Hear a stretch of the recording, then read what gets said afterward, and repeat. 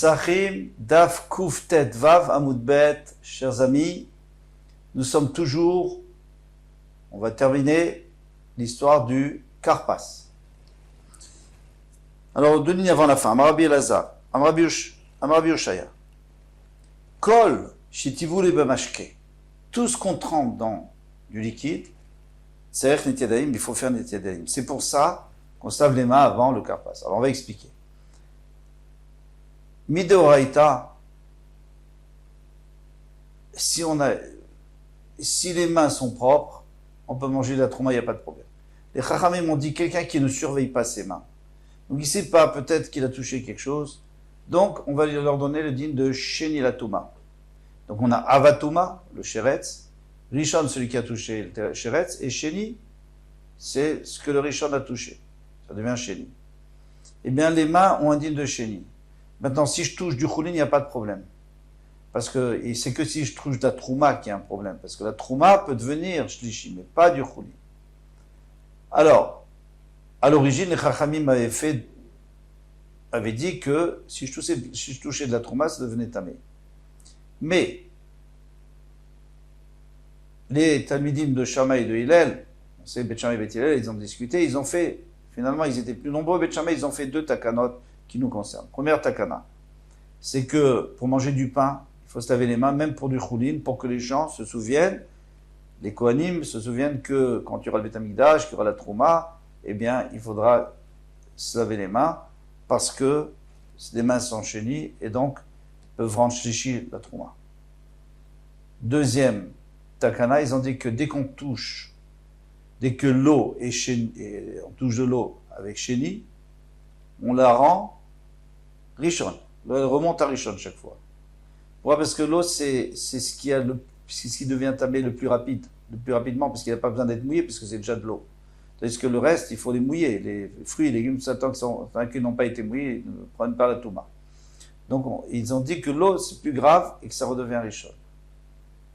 Maintenant, si on mange du pain, il faut se laver les mains, ça c'est sûr, de toutes les façons. Maintenant, on ne mange pas de pain. On mange un légume qu'on a trempé dans l'eau. Il est mouillé. Puisqu'il est mouillé, si je touche le légume, je touche l'eau, donc l'eau va devenir rishon. Et c'est tamé, donc c'est pas bon, il faut que je me lave les mains. Marafapa Shmamina, Rafapa dit, on peut déduire d'ici. Haïchasa, ce légume, cette laitue, qu'on trempe pour le karpas, puisqu'on se lave les mains avant, c'est une preuve qu'il est mouillé. On doit le tremper entièrement dans le chaoset. Mishum kappa, à cause du kappa. Alors qu'est-ce que c'est que kappa ? C'est une marloquette entre les rishonim, d'un côté Rashbam et Rashi, de l'autre côté Rabbeinu Hananen. Rashi et Rashbam disent que c'est un poison qu'il y a dans la laitue, un certain poison, qu'on peut annihiler avec le charoset. Rabbi Hanan dit que c'est un ver à l'intérieur, et ce ver est dangereux tant qu'il est vivant. Donc on le tue avec le charoset. Question. Est-ce qu'on a le droit de manger un ver ? Oui. Parce que c'est un ver qui est né dans la laitue et qui reste, qui n'est pas sorti. Tant qu'il n'est pas sorti, il n'y a pas d'issour, selon la halakha. Rabbi Shmuel dit que si, c'est quand même assourd. Donc d'après Shmuel, il faudra trouver une autre raison. Il faudra dire qu'en réalité, la majorité n'ont pas ce verre-là, n'ont pas de verre. Donc, on a le droit de compter sur le roi. Mais quand il y a une sakana, puisque ce verre est dangereux, alors sakana, c'est plus que le issour. Chamura, mais issour. Donc là, il faut vraiment faire attention. Et il faut tremper complètement pour le tuer. Parce que si tu me dis qu'on n'a pas besoin de tremper entièrement, pourquoi ? Alors, pourquoi on n'aurait pas besoin ? Parce que si tu me dis que c'est le ver, peut-être qu'il meurt déjà, rien qu'avec l'odeur, déjà il est mort. Et alors pourquoi on se lave les mains ? On ne trempe pas entièrement, donc on ne touche pas l'eau. Halonaga, il ne touche pas. Alors je pourrais toujours te dire, on n'a pas besoin. Avec kappa, le kappa, le ver, ou le poison, il s'annule, ou il meurt grâce à l'odeur de Charoset. Et là, la malinité, pourquoi on a besoin de se laver les mains? Il m'a méchacoulé de peur que quelqu'un se trompe et qu'il le mette entièrement dedans. De toute façon, les laitues sont lavées, sont rincées, elles sont mouillées. De toute façon, il y a ce problème. Rafapa a dit il ne faut pas laisser longtemps le maro dans le charoset. Il m'a agaf chalier et d'établir, parce que peut-être qu'à cause de la douceur de la pomme qu'on met dedans, maftil les marouté, ça va annuler l'amertume. Nous, on a besoin d'une amertume pour le maror. Pour se rappeler les souffrances en Israël. Au bainanta maror, on a besoin du goût du maror. Veleka, il n'y a pas. Adber Rafrizda et Ravana Ugva. Donc Rafrizda était en train d'accompagner Ravana Ugva et Vedarash. Et il a dit une halakha. Natal Yada Vetivul Rishon. Quelqu'un qui s'est lavé les mains, comme nous le faisons, pour le premier, pour Karpas. Natal Yada Vetivul Sheni. Il doit se laver une deuxième fois pour le deuxième. C'est pas vraiment pour le deuxième, c'est pour la matzah. Bon, pour la matzah et aussi pour le maror. Amroa Rabbanan Kamed Rafapa. Les Talmidim ont dit devant Rafapa. Ha be'almaïtma. Certainement qu'on ne parle pas à Pessah. On parle de quelqu'un qui fait un repas normal et qui trempe deux fois. Donc il trempe deux fois avant le motzi. S'il a fait motzi, il a fait motzi. Mais s'il trempe deux fois avant le motzi, alors il faut qu'il se lave les mains deux fois. Mais si tu me dis que c'est à Pessah, la manitiat yadayim trizim, pourquoi tu dois te laver deux fois? Amashel yadeh chadazimna. Il s'est lavé une fois. Et il sait qu'il va manger une deuxième fois. Celui qui mange deux fois, au début il a trempé un légume, et il l'a mangé, il s'est lavé les mains. Et après il a pensé à autre chose, il n'a pas pensé qu'il allait manger une deuxième fois. Alors maintenant, quand tu remanges une deuxième fois, il faut se relaver les mains. Pourquoi? Parce que peut-être qu'il a touché des endroits du corps où il y a de la transpiration, et donc il faut qu'il se relave les mains. Mais si à Pessah, tout le monde sait qu'on va manger, on va faire le repas. Donc à la rigueur, on n'a qu'à se laver les mains au début, et on surveille, on fait attention à ses mains, qu'elles ne soient pas...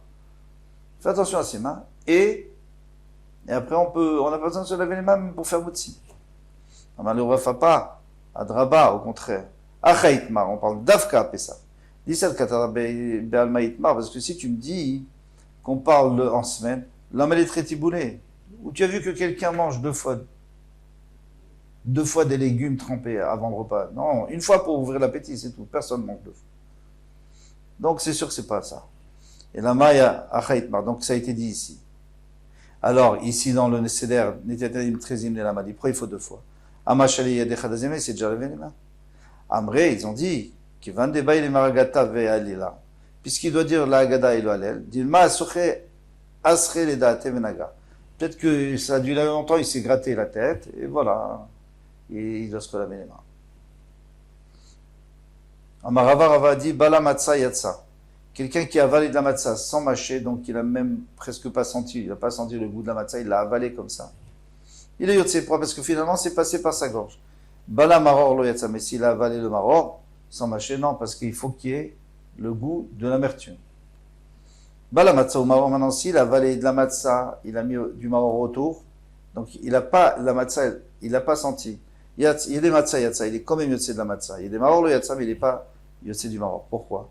C'est comme il a avalé le marron, on a dit que c'est pas bon. La matzah, j'aurais pu croire que parce qu'elle est cachée par le marron, mais elle ne sera pas cachée entièrement par le marron. C'est pas possible parce que le marron va se déchirer, il va sentir la matzah quand même. Plutôt, elle va passer dans sa gorge.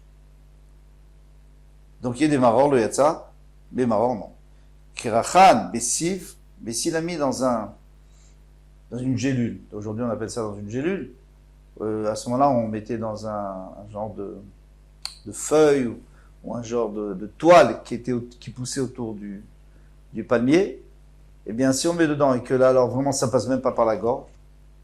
En tous les cas, ça touche pas la gorge. Ou blan, a fait des matzah, l'ami lo yatsa. Pardon. Même de matzah, il n'est pas yatsa. S'il n'a pas mangé. Donc quelqu'un qui met de la matzah dans une gélule et qui l'avale, il n'est pas yotzi.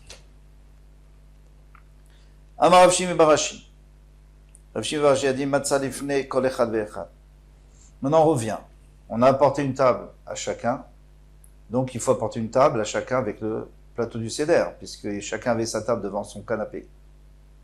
Aujourd'hui, on a une table pour tout le monde. Alors, on peut mettre un plateau du seder. Mais là, devant chacun, il faut mettre matzot, maror, du maror lefnei kol echad ve'echad, charoset, puis charoset lefnei kol echad ve'echad, ve'en okrim et hashulchan el lefnei mi sheomer haggadah. Mais vous savez qu'au début de la Haggadah, on enlève le plateau pendant quelques instants. Mais ça, c'est seulement devant le balabaït, celui qui dit la Haggadah tout fort pour tout le monde. Mais les autres, on n'a pas besoin de leur enlever, parce que c'est pas la peine. On a enlevé devant le balabaït, et les enfants, vous posez la question, on va voir tout de suite. Ravuna omer kulunami, nifnevi sheomer haggadah. Ravuna dit, mais même le maror et tout ça, on met que devant celui qui dit la Haggadah, parce que c'est lui qui rend yotze tout le monde la Haggadah, et c'est lui qui distribue à tout le monde le maror et la matzah, etc. Mais le cheta Ravuna, la lacha c'est comme Ravuna, c'est qu'on n'est pas obligé de mettre devant chacun. La maokrim, et maintenant pourquoi on élève la table ou le plateau devant, dans les grandes tables, on n'enlève pas la table, bien sûr, elle est trop grande, mais on enlève le plateau du seder. Amré de Raviana, ils ont dit, au Bétamé de Raviana, qu'il est chez Yakirut et le code, pour que les enfants se posent la question, ils réalisent qu'il y a un problème. Veishalou, ils se posent la question, mais pourquoi? Pourquoi tu enlèves? Regardez ce qui se passe avec Abaye. Abaye, c'est un enfant. Vous savez, c'est un enfant, un orphelin, il était adopté par son oncle Rabat. Abaye, Avayativ Kameh de Rabat, il était devant de Rabat, c'était un enfant, comme on vient de dire. Chaza de Kamadle Taka Mikame. Alors on a enlevé la table devant lui, la petite table, l'équivalent du plateau du Seder. Amarléou, il a dit Adaïn Loarka Achilan, mais on n'a pas mangé. Attends, j'ai vu qu'ils ont apporté de la matzah, je croyais qu'on allait faire moitié maintenant. Atou Kameh Akre Taka Mikaman, pourquoi vous avez enlevé la table? On a envie de manger. Amarlé, Rabba lui a dit Patratan, Milomar Manishtana. On n'a même plus besoin de dire Manishtana parce que tu as posé la question. La mitzvah de Manishtana, pourquoi on dit Manishtana? C'est pour que l'enfant se pose des questions et c'est seulement après qu'il va écouter des réponses. Quand il se sera posé des questions. Et quelles sont les 4 questions de Manishtana? Mais dans les 4 questions, il n'y a pas ça, il n'y a pas cette question de pourquoi tu enlèves la table ou pourquoi tu enlèves le plateau. Alors pourquoi il dit que c'est comme si on avait dit Manishtana? Comme ça demande une farchi. Ils répondent qu'en vérité, ça c'est que le début. Il a demandé pourquoi tu enlèves la table. Alors on lui a dit, tu sais pourquoi on enlève la table? On enlève la table parce que on ne peut pas manger. Pourquoi on ne peut pas manger? Parce qu'il faut raconter la Haggadah. Et il va dire, ah bon, et qu'est-ce qu'il y a dans la Haggadah? Et il va poser toutes les questions de la Haggadah. Il va poser toutes les questions qu'on peut se poser. Une fois qu'il aura posé, donc c'est Abaye qui va poser, c'est l'enfant qui pose les questions.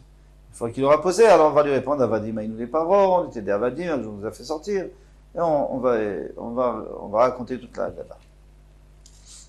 Amar le Rava a dit, Patratan Mimanishtana, pardon. Amar Shmuel a dit, Lechemoni. Lechemoni, il y a écrit que la matzah c'est Lechemoni.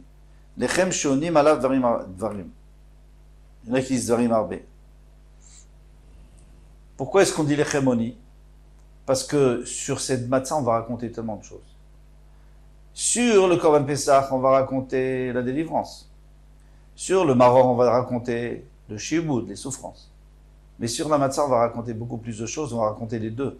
Parce que la matzah, c'est en même temps ce qu'ils mangeaient en Mitzrayim, parce qu'on leur donnait de la matzah pour qu'ils n'aient pas faim et qu'ils puissent travailler, parce que ça nourrit plus vite, ça coûte moins cher. Et en même temps, la matzah, c'est le signe qu'on a été délivré rapidement. Ils ont dit sortez vite, c'est aussi la délivrance. Donc la matzah, on dit tout. La matzah, elle nous rappelle tout. Et c'est pour ça qu'on appelle ça lechem oni, oni malav darim, on dit beaucoup de choses dessus. C'est la Braïta, elle dit arbe. Elle rajoute arbe. Tani anami, achi, lechem oni, lechem shonim malav darim arbe. D'abord, après, une autre explication. Lechem oni. En vérité, il n'y a pas de vav dans la Torah. Donc on peut dire lechem ani, le pain du pauvre. Ktiv, c'est comme ça que c'est écrit, sans vav. Manish d'arkov poussa. De la même manière que le hani, il a l'habitude de manger un morceau de pain.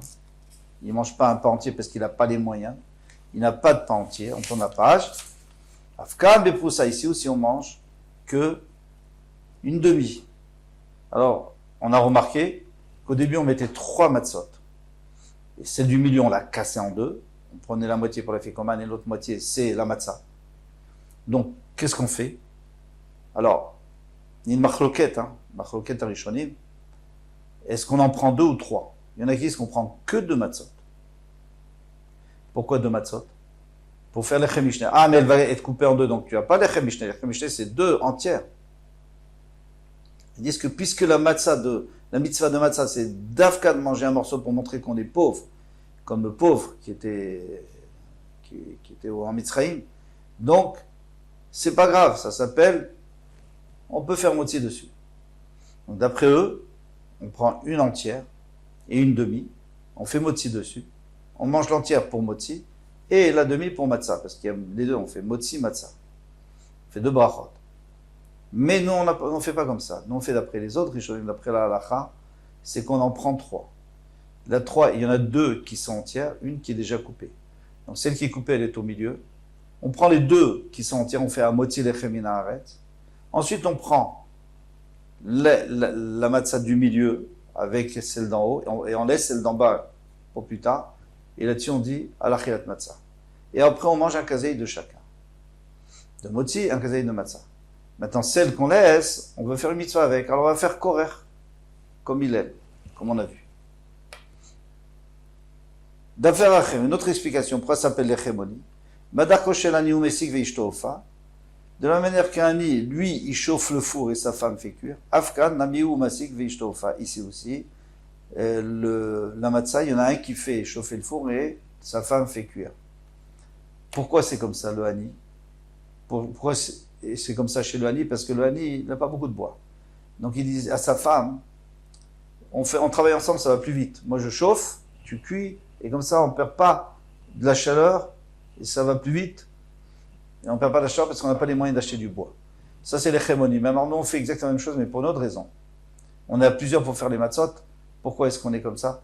Pour que ça ne fermente pas. Donc c'est pour ça qu'on est à plusieurs. Il n'existe pas quelqu'un qui fait les matzot tout seul. Ça pourrait exister à la rigueur, pendant la guerre, ils l'ont fait, mais c'est assez compliqué parce qu'il ne faut pas que ça monte. Voilà, et avec ça, on comprend l'echemoni, on a terminé. Kol tuv, à demain, Bezrat Hashem.